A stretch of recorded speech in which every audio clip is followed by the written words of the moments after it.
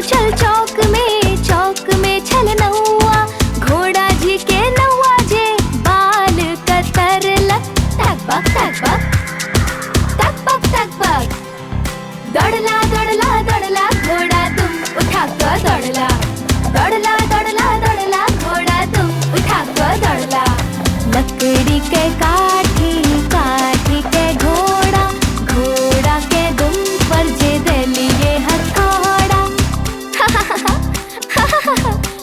घोड़ा घोड़ा चल मंडी, पहुँचल सब्जी मंडी, सब्जी मंडी बर्फ पड़ल छल, घोड़ा के लागल ठंडी। तक बक तक बक तक बक तक बक। दौड़ला दौड़ला दौड़ला घोड़ा तुम उठा कर दौड़ला। लकड़ी के काठी काठी के घोड़ा, घोड़ा के दुम पर जे दलिए हथौड़ा। दौड़ला दौड़ला दौड़ला घोड़ा तुम उठा कर दौड़ला, दौड़ला